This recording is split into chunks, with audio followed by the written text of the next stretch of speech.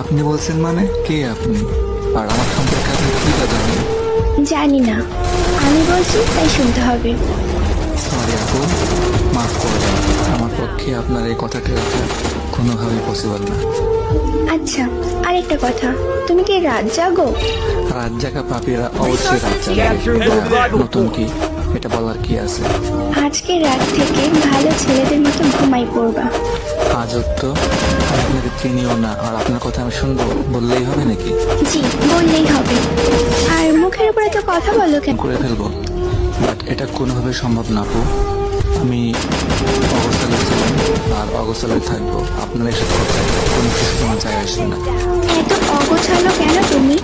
অল্প বয়সে পরিবারের দায়িত্ব কাঁধে নেওয়া and একটা মানুষকে খুব বেশি ভালোবাসার পরে দেওয়া আঘাতগুলো আমাকে অগোছালো করে ফেলছে। আমি অগোছালো ছিলাম না। নিজেকে গুছিয়ে রাখতে পারো না? যার জীবনের কোনো ত্রিসীমানা নাই তার জীবনকে গুছিয়ে রাখতে হবে।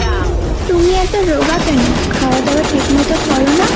পরিবারের টেনশন, এগুলো নিয়ে ভাবতে ভাবতে রাস্তায় ঘুমিয়ে পেরিয়ে যায়। সকালের খাবারটা ঘুমিয়ে ঘুমিয়ে পার হয়ে যায় আর আড্ডায় ভুলেই যায় খাবারের কথা। এত এলোমেলো হয়েছ কিভাবে? ওই যে বললাম না, পরিবারের টেনশন ভুলা আমার পক্ষে সম্ভব না। কিন্তু এভাবে জীবন চলে না। তারপর সারাদিন আমার সাথে কথা বলবা, দুপুরের খাবার জোহরের নামাজ পড়ে আসে খাবা, আর রাতের খাবার খাবা এসে নামাজের পর। এরপর থেকে রাত 12টা পর্যন্ত আমার সাথে কথা বলবা, আর তারপর লক্ষ্মী ছেলের মতো ঘুমাই পড়বা। ওকে? হাসাইলেন আপু, আপনি ভাবছেন আপনার এই দুই একটা মিষ্টি মিষ্টি কথায় আমি ইমপ্রেস হয়ে যাব?